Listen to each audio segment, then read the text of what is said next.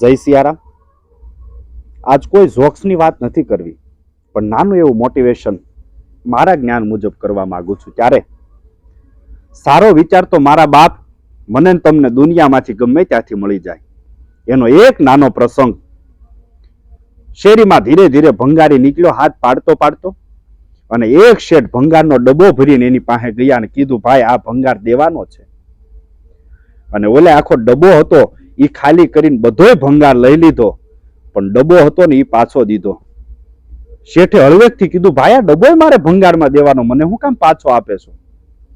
અને ત્યારે હેઠી આખું રાખીને ભંગારીએ કીધું, શેઠ 10 વર્ષથી ભંગારનો ધંધો કરું છું, અને મારો નિયમ છે કે જે વસ્તુ ઉપર, જે ભંગાર ઉપર ભગવાનનો ફોટો હોય કે ભગવાનની એ નાની એવી કઈ કોતરણી કરી હોય ને, એ હું ભંગાર નથી લેતો. અને ત્યારે શેઠે કીધું કે એનું કારણ? અને ત્યારે આંખમાં આંસુ સાથે ભંગારીએ કીધું, શેઠ માફ કરજો બાપ, પણ તમારી કદાચ હેસિયત હશે ભગવાનને વેચવાની, તમારી શેઠ હેસિયત હશે ભગવાનને વેચવાની, પણ મારી શેઠ ઓકાત નથી કે હું ભગવાનને ખરીદી શકું.